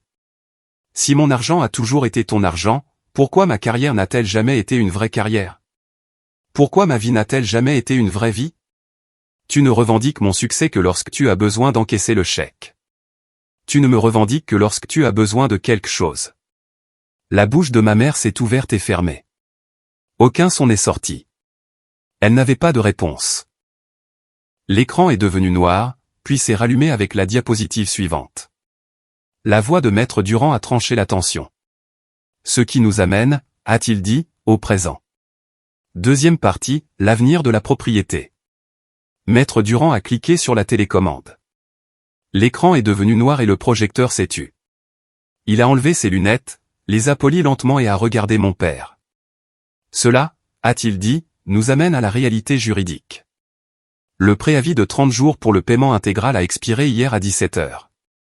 Depuis ce matin, Cascade Holdings est légalement en droit d'engager une procédure de saisie et de réquisitionner la propriété. Ma mère a laissé échapper un petit cri terrifié. Tante Janine avait l'air d'être sur le point de s'évanouir. J'ai parlé pour la deuxième fois, ma voix tranchant le silence lourd. Le délai de 30 jours est terminé, ai-je confirmé, les regardant chacun leur tour. La saisie va avoir lieu. C'était le moment où la réalité a finalement atterri. Ce n'était pas une blague. Ce n'était pas un jeu. Ce n'était pas une discussion de famille. C'était une exécution légale. Non, a crié Delphine, se jetant en avant, ses mains frappant la table. Non, tu ne peux pas, Solène. S'il te plaît. Où allons-nous vivre? Où vais-je aller? Il est parti. Charles-Henri est parti. Je n'ai rien. Tu ne peux pas prendre la maison. S'il te plaît. Brigitte sanglotait ouvertement maintenant, ses mains crispées sur sa poitrine. Tu ne peux pas faire ça, Solène. Nous sommes ta famille. Ta famille. Tu mettrais ta propre mère et ton père à la rue. Après tout ce que nous avons fait pour toi, tu es un monstre. Un monstre froid et sans cœur. Mon père, Marc, le visage masqué par une rage violette, a finalement explosé. Il s'est levé, pointant son doigt vers moi, tremblant. Tu fais ça, et tu n'es plus ma fille. Tu m'entends? Tu es morte pour moi. Quand je mourrai, tu n'auras pas un centime. Tu n'auras rien de tout ça. Rien. Tu seras rayé du testament. Tu n'auras rien. Sa menace, celle qui était censée être son arme ultime, flottait dans l'air. Je l'ai regardé, son visage tordu et en colère, et j'ai ri. C'était un rire calme et triste. Papa, ai-je dit, je suis milliardaire. Mon algorithme est utilisé sous licence par la moitié des fonds spéculatifs de l'hémisphère nord. Je n'ai pas besoin de ton argent. Je n'en ai jamais eu besoin. Les 45 000 € que je gagnais à l'association, c'était juste ce que je me versais pour mon travail de jour. Mon vrai travail. Tu n'as même jamais pris la peine de poser des questions à ce sujet. J'ai laissé ça s'installer. Milliardaire. Le mot flottait dans la pièce, aspirant tout l'air. La bouche de tante Janine était grande ouverte. Delphine a arrêté de pleurer, son visage juste un masque de choc stupide. Le bras de mon père est retombé à ses côtés. Je n'ai pas fait ça pour l'argent, papa, ai-je continué. J'ai fait ça pour le respect. Le respect que tu as donné à Charles-Henri en 5 minutes, mais que tu ne m'as jamais donné en 32 ans. Je me suis levé. C'est pourquoi j'ai pris ma décision. Je les ai tous regardés, leur visage désespéré et brisé. Je ne saisis pas la maison. Le soupir collectif dans la pièce était si fort que c'en était presque un hoquet. Ma mère a levé les yeux, ses larmes s'arrêtant instantanément. Quoi? Je ne saisis pas, ai-je répété. Et je renonce à la totalité de la dette de 250 000 €. À partir de ce moment, la maison est entièrement payée. Elle est à vous, sans aucune charge. Le soulagement fut immédiat.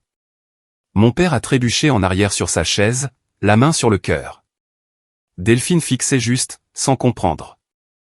Et ma mère, le visage de ma mère s'est transformé en un instant. Les larmes, la colère, la victimisation, tout a disparu, remplacé par un sourire radieux et triomphant.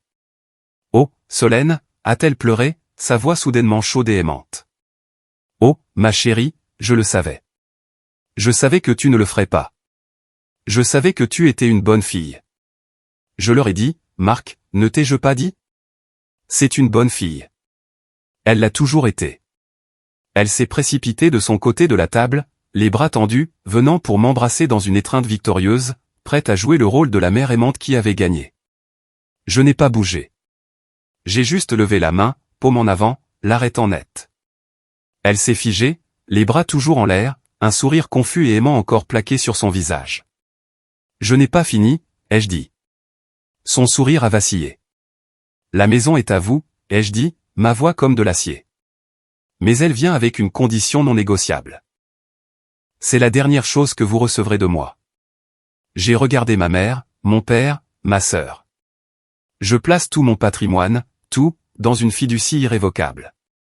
Et à partir de ce moment, pas une seule personne dans cette pièce ne recevra jamais un autre centime de moi. Pas pour une réparation de voiture, pas pour une facture médicale, pas pour un cadeau de Noël, rien. Vous vouliez la maison. Vous l'avez. Mais vous ne m'aurez pas, moi. Plus jamais.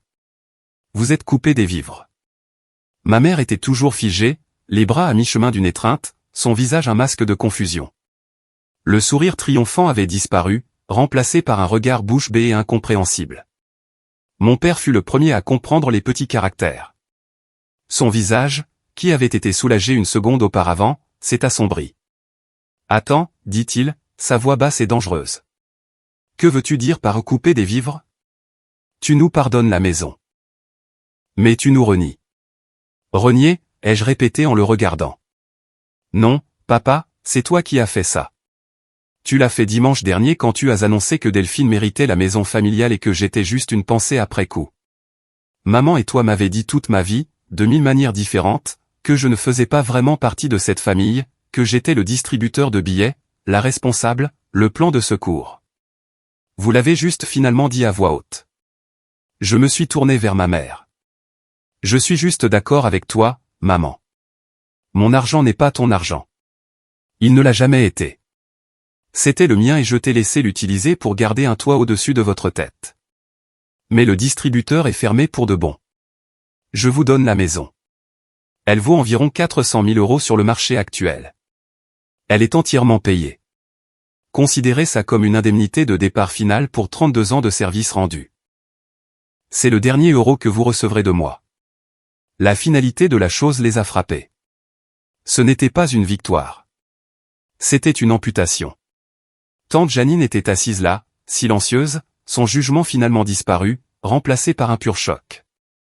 Mais Delphine a finalement compris. La maison était en sécurité, mais sa tirelire personnelle, moi, avait disparu, et Charles-Henri était parti, et son argent n'avait jamais été réel. Elle était, pour la première fois de sa vie, complètement et totalement seule. Mais et moi? A-t-elle soudainement gémi, sa voix se brisant. Solène, tu ne peux pas. Tu as entendu ce que tu as dit. Charles-Henri, il est parti. C'est un criminel. Je n'ai pas d'argent.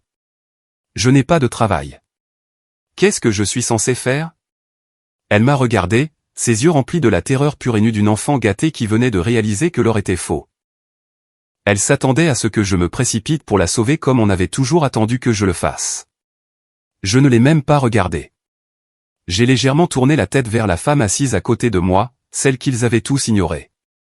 Myriam, ai-je dit, ma voix calme et professionnelle. Pourriez-vous parler à ma sœur? Myriam, ma collègue, la directrice du programme de sensibilisation de notre association, a souri gentiment à Delphine. Elle a ouvert son bloc-notes. Bien sûr, Solène. Elle a regardé ma sœur de l'autre côté de la table, qui la fixait avec confusion. Delphine, a dit Myriam, sa voix douce mais ferme. Je suis Myriam. Je dirige le programme d'emploi et d'autonomie de notre organisation. Je comprends que vous êtes actuellement sans emploi et que vous aurez besoin d'aide. Delphine a juste ouvert la bouche. Quoi? De quoi parlez-vous? Solène a déjà fait un don pour parrainer votre placement, a continué Myriam comme si elle parlait à n'importe quel autre client. C'est un merveilleux programme de 3 mois. Nous vous aiderons avec les compétences de base de la vie, la rédaction de CV, les techniques d'entretien, et nous avons des partenariats avec plusieurs entreprises locales qui embauchent pour des postes administratifs de premier niveau. Le premier cours commence lundi prochain. L'humiliation dans la pièce était si épaisse que je pouvais la goûter. Delphine, qui s'était moquée de mon travail ennuyeux, qui avait exhibé ses sacs de créateurs et son mari riche, se voyait maintenant offrir un cours de compétences professionnelles de premier niveau par sa grande sœur fauchée. Elle était traitée comme ce qu'elle était, un cas de charité.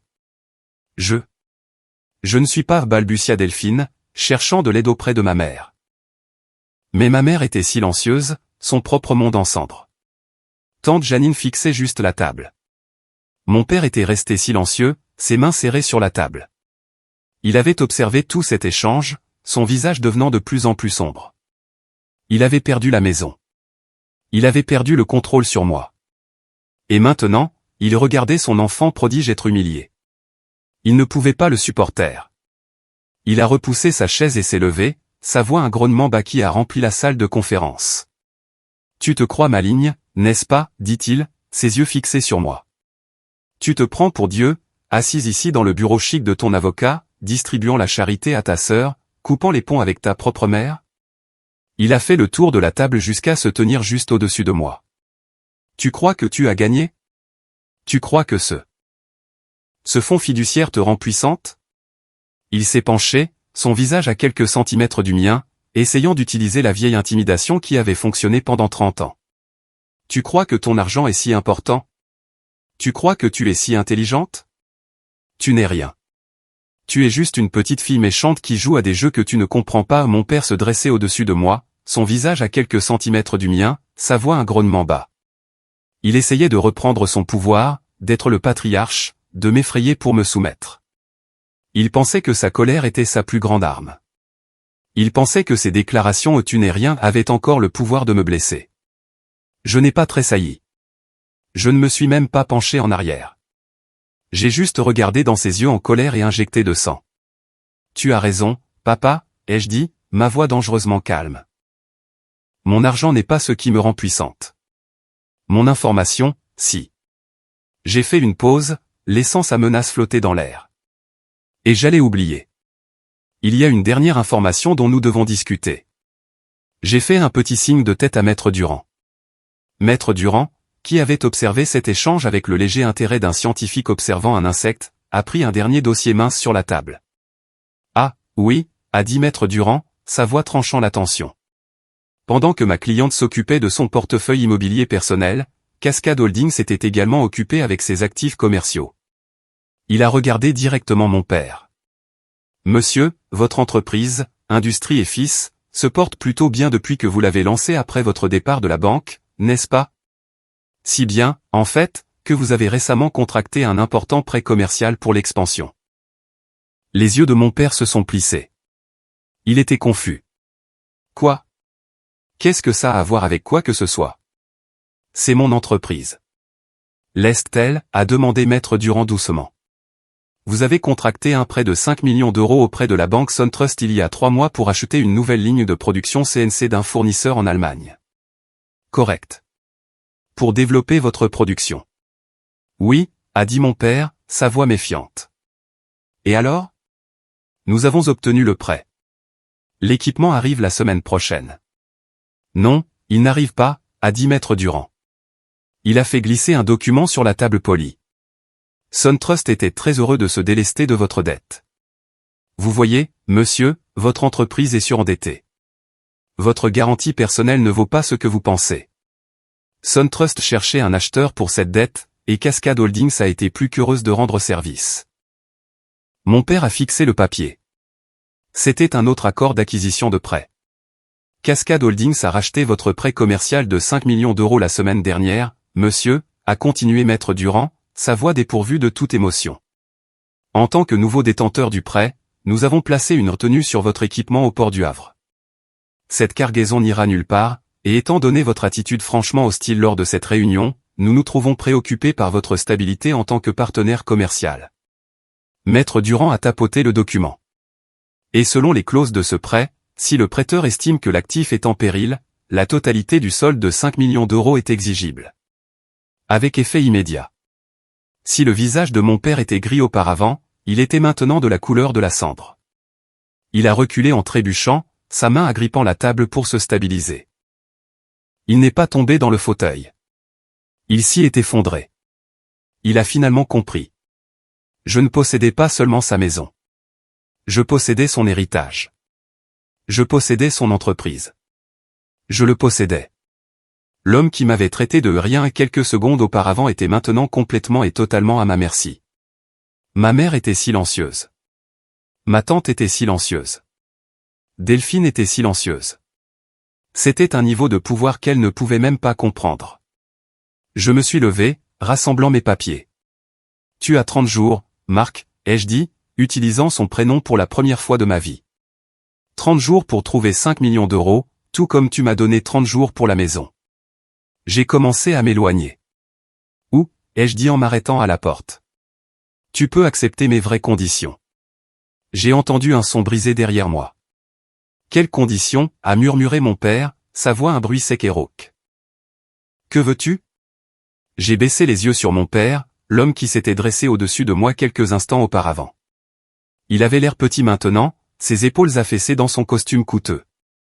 C'était un roi qui venait de réaliser que tout son royaume appartenait à quelqu'un d'autre. Son murmure, quelles conditions, était le son de la reddition totale. Je ne lui ai pas répondu tout de suite.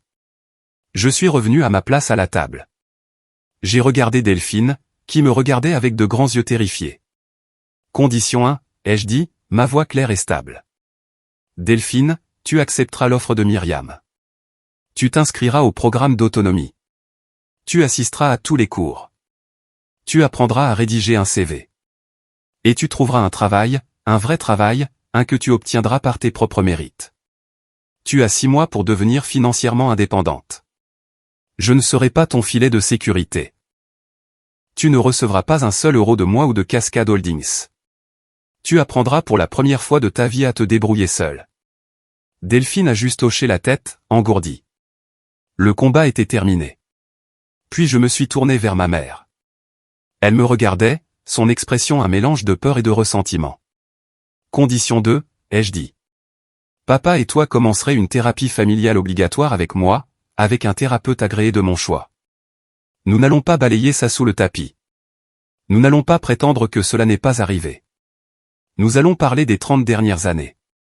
Nous allons parler de l'enfant prodige et du bouc émissaire. Nous allons parler des mensonges. Et je vais entendre de vraies excuses. Pas juste « je suis désolé que tu le ressentes comme ça ». Je vais entendre « je suis désolé pour ce que j'ai fait ». Nous continuerons jusqu'à ce que je sois satisfaite que vous comprenez les dommages que vous avez causés. Le visage de ma mère s'est crispé. Elle détestait l'idée. Mais elle a regardé mon père et elle a vu qu'il n'avait pas le choix. Elle a fait un signe de tête raide et saccadée. Finalement, j'ai regardé mon père. Il n'était plus qu'un homme sous le choc maintenant. Et condition 3, ai-je dit, industrie et fils. Tu vas convoquer une réunion d'urgence du conseil d'administration. À cette réunion, tu me nommeras au conseil d'administration et tu voteras oui. Il a commencé à protester, un réflexe. Mais tu ne connais rien à l'industrie. C'est. Je n'ai pas besoin de connaître, les jeux interrompus. Je connais tout sur le risque. Je sais que tu es surendetté, que ta chaîne d'approvisionnement est un désastre, et que tu es terrible avec l'argent. Tu ne me nommes pas parce que je suis ta fille. Tu me nommes parce que je suis ta créancière de 5 millions d'euros. Je suis la banque et la banque va maintenant avoir un siège à la table pour protéger son investissement. Je ne te laisserai pas ruiner mon actif comme tu as failli le faire avec le dernier. J'ai laissé les termes flotter dans l'air, la reddition totale et inconditionnelle de leur vie, en échange de la ruine financière que je pouvais leur infliger en un instant. J'ai regardé mon père, le patriarche fier, l'homme qui m'avait rejeté. J'ai regardé la guerre interne sur son visage, la fierté, la rage, l'humiliation, et finalement la réalité froide et dure. Il a lentement, péniblement, relevé la tête. Il m'a regardé et pour la première fois, je pense qu'il m'a vraiment vu. Pas sa fille, pas son distributeur de billets. Il a vu la personne qui tenait toutes les cartes. Et d'une voix si basse qu'elle était à peine audible, il a dit « J'accepte ». Ma tante fixait juste la table. Elle avait l'air de vouloir être n'importe où ailleurs dans le monde. J'ai hoché la tête une fois. Il n'y avait pas de triomphe, pas de joie, juste une faim froide et silencieuse. J'ai pris ma mallette. J'ai regardé Maître Durand, qui rassemblait déjà ses dossiers, son expression parfaitement neutre. Myriam, merci d'être venue, ai-je dit. Myriam m'a fait un signe de tête, puis a donné à Delphine une carte de visite. Je vous attends lundi, Delphine, a-t-elle dit gentiment. Je me suis dirigé vers la porte de la salle de conférence. Ma famille était assise là, un portrait en ruine d'une famille. J'ai ouvert la porte et j'ai fait une pause, regardant en arrière une dernière fois. Maître Durand prendra contact pour finaliser les nouvelles clauses du prêt, Marc, et pour programmer notre première séance de thérapie, maman. Je suis sorti dans le couloir. La présentation, ai-je dit à l'air vide, est terminée. Les semaines qui ont suivi ont été calmes et difficiles. Mon père, sans autre choix, a accepté mes conditions. Le prêt de 5 millions d'euros a été restructuré avec Cascade Holdings tenant maintenant les rênes. Mes conditions n'étaient pas des suggestions. C'étaient des clauses contractuelles. Les séances de thérapie étaient brutales. Les 2 premières, ma mère est restée assise, les bras croisés, rayonnant d'une fureur silencieuse. Mon père fixait juste le sol, répondant aux questions du thérapeute par monosyllabe. C'est lors de la 3e séance que le barrage a finalement cédé. Le thérapeute, Dr Ray, une femme vive que je respectais, a posé à ma mère une question simple. « Brigitte, de quoi aviez-vous peur ? Que pensiez-vous qu'il arriverait si Solène réussissait ?»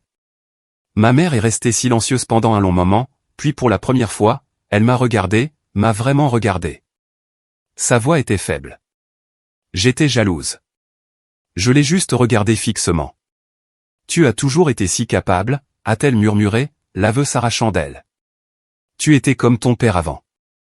Tu étais intelligente. Tu étais indépendante. Tu n'as jamais eu besoin de moi. Pas comme Delphine.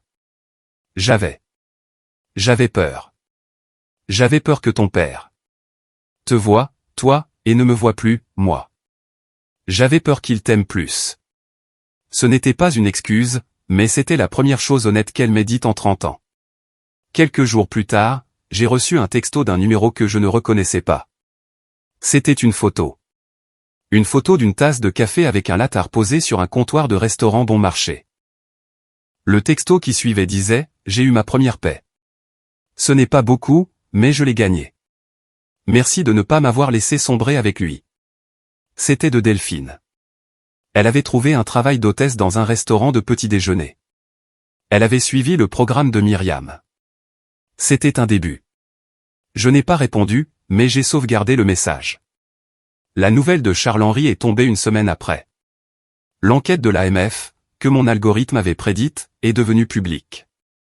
Il a été arrêté, accusé de multiples chefs de fraude.